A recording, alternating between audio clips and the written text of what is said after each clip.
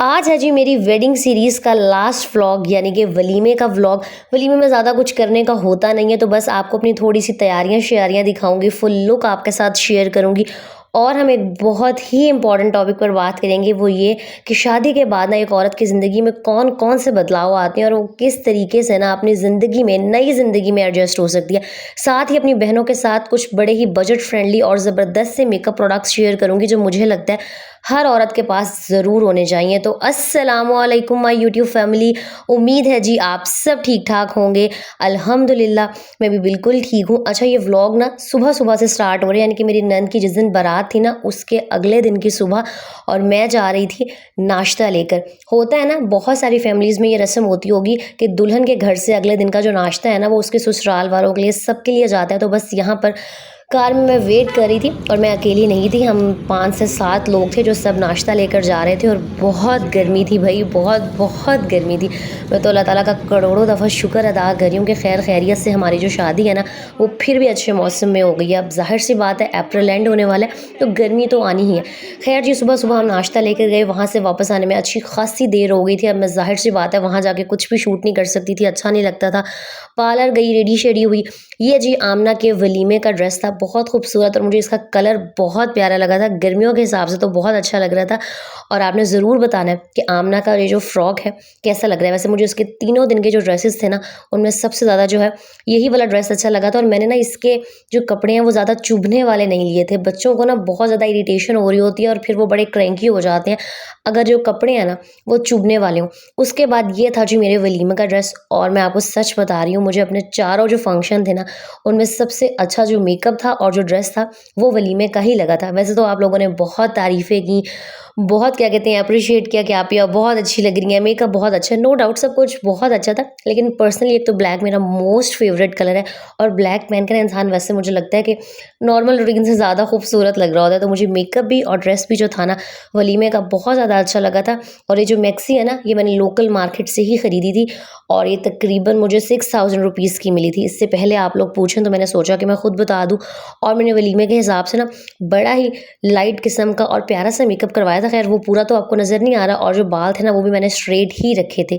और मैंने last vlog में शेयर किया था ना कि जिस पार्लर से मैं तैयार होती हूँ वो बिल्कुल मेरी मम्मा के घर के पास है। तो बस मैं तैयार श्यार हो गई, यहाँ पर आ गई थी, और मुझे भूख लग गई थी, तो मैंने सोचा कि मैं इवेंट पे जाने से पहले ना थोड़ी सी पेट पूजा कर लेती हूँ। अच्छा, मुझे वलीमे का जो फंक्शन है ना, पर्सनली थोड़ा सा बोरिंग लग रहा होता है। मतलब कुछ भी करने को नहीं होता ना, बस आपने जाना है, तैयार श्यार होके बैठना है, मिलना जुलना है, बातें शातें करनी है दुल्हन से, और बस इर्द गिर्द का माहौल एंजॉय करना है, खाना खाना है, और घर आ जाना है। तो जो बाकी के सारे फंक्शन होते हैं ना, जैसे मेहंदी हो गई, मायूं हो गई, बारात हो गई, उस पर बहुत मज़ा आ रहा होता है। लेकिन खैर अल्हम्दुलिल्लाह बस ये लास्ट फंक्शन था, और मैं बड़ी खुश हो रही थी यार कि चलो आज जो है ना थकावट अब उतर जाएगी, सुकून से सोएंगे, नींद पूरी करेंगे। यहाँ खाने का टाइम हो गया था, और यकीन करें शादियों में ना एक माँ के लिए बच्चों के साथ खाना खाना बहुत मुश्किल हो जाता है। गोद में मैंने आमना की प्लेट रखी हुई थी, हाथ में मैंने अपने राइस की प्लेट पकड़ी हुई थी। इतना मुश्किल हो रहा था ना, मतलब कोई भी मुझे नहीं याद शादी का कोई ऐसा फंक्शन होगा जिसमें ना मैंने सुकून से बैठ के खाना खाया हो। लेकिन खैर फिर भी जैसे तैसे करके मैनेज कर लिया था। और आमना का सबसे बड़ा मसला ये है कि वो अपने बाबा के पास नहीं जाती, वरना बच्चे होते हैं ना कि शादी के मौक़ों पे अपने अब्बा के पास चले जाते हैं, लेकिन उसको होता है कि उसने मेरे साथ ही रहना है।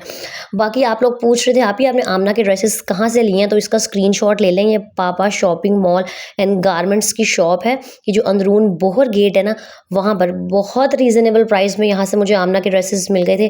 तकरीबन मैंने उसके 2 से 3 ड्रेसेस लिए थे, और 5 या 6000 की रेंज में ना मुझे मिल गए थे। अगर मैं किसी ब्रांड वगैरह से लेती ना तो बहुत महंगे पड़ते। खैर बस ये थोड़े से वलीमे के क्लिप्स थे, कुछ ख़ास दिखाने को था नहीं, तो बस जितना था मैंने रिकॉर्ड कर लिया था।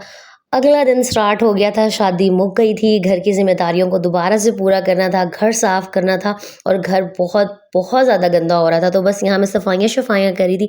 और साथ ना मैं सोच रही थी कि शादी से पहले की लाइफ में और शादी के बाद की लाइफ में कितना डिफरेंस होता है। मतलब एक रात में ना एक लड़की की पूरी तो जो भी ज़िंदगी मेरी बदल बहनें जाती मुझे है। देख रही हैं, जिनकी नई नई शादी हुई है, होने वाली है, या जो भी ससुराल वाले मुझे देख रहे हैं ना, उन सबसे मेरी यही रिक्वेस्ट है कि जिसको आप इतने धूमधाम से बैंड बाजे से ब्याह के अपने घर लाए हैं ना, उसको इतना मार्जिन ज़रूर दें कि वो एडजस्ट हो सके। एक लड़की ने 24-25 साल अपने माँ बाप के घर में गुजारे होते हैं, वहाँ के तौर तरीके बिल्कुल डिफरेंट हैं, तो उसको टाइम लगेगा। एटलीस्ट उसको 2 से 3 महीने तो दें कि वो उस नए माहौल में एडजस्ट हो सके। और जो भी मेरी बहनें मुझे देख रही हैं ना, जिनकी नई नई शादी हुई है, वो भी कोशिश करें कि अपने आप को उस नए माहौल में ढाल लें, क्योंकि भाई जो मर्ज़ी हो जाए, यही दस्तूर है, यही होता चला आया है कि हर हाल में एक औरत को ही कॉम्प्रोमाइज़ करना पड़ता है, चाहे आप जो मर्ज़ी कह लें या कर लें।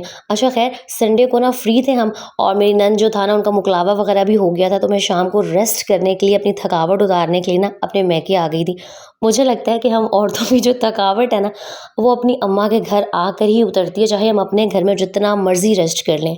और एक और दूसरी बहुत इंपॉर्टेंट चीज़, ये मैं हमेशा कहती हूँ कि जब भी आप नमाज़ पढ़ के दुआ मांगती हैं ना, तो अपने अच्छे नसीब के लिए ज़रूर ज़रूर दुआ किया करें। मुझे ऐसे लगता है कि एक लड़की की जो ज़िंदगी है ना, वो शादी के बाद उसके लाइफ पार्टनर पर, और जहाँ पर उसकी शादी होकर आती है, उसी के गिफ्ट जो है ना, वो घूमती है, और वो जो वही घर होता है उसकी ज़िंदगी को ना जन्नत भी बना सकता है और जहन्नुम भी। तो दुआ किया करें, अल्लाह ताला आपको एहसास करने वाला लाइफ पार्टनर, और बहुत ज़्यादा एहसास करने वाले जो है ना ससुराल वाले दें, क्योंकि अगर ससुराल का माहौल ठीक ना हो ना, यकीन करें, रहना और जीना बहुत मुश्किल हो जाता है।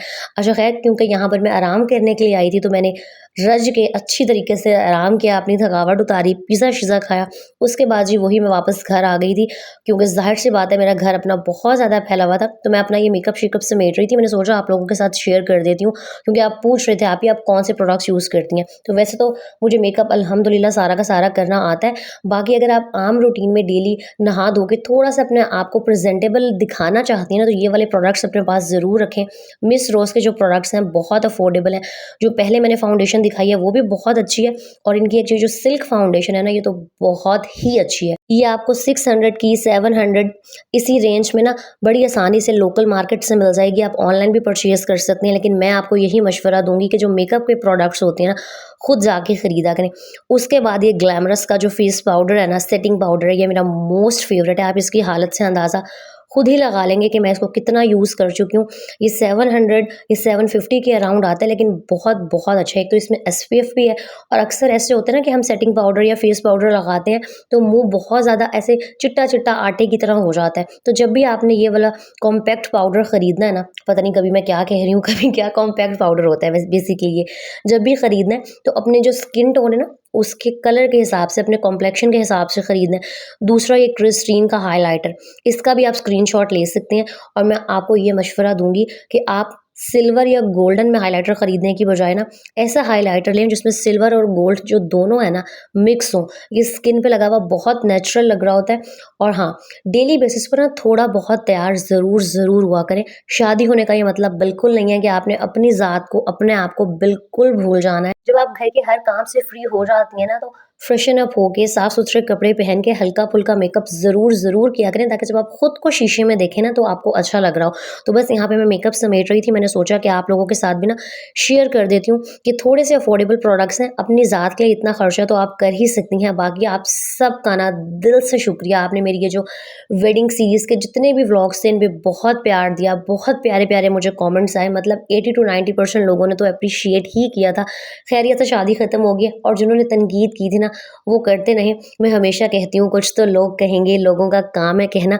बाकी मैं कोशिश करूँगी कि आगे भी इसी तरीके से अच्छे-अच्छे व्लॉग्स आप लोगों के लिए लेकर आती रहूँ। आगे तो वही रूटीन स्टार्ट हो जाएगी। वीडियो अच्छी लगी हो तो लाइक, कमेंट एंड शेयर कर दीजिएगा। अपना बहुत सारा ख़्याल रखिएगा। मुझे दुआओं में याद रखिएगा। अल्लाह हाफ़िज़।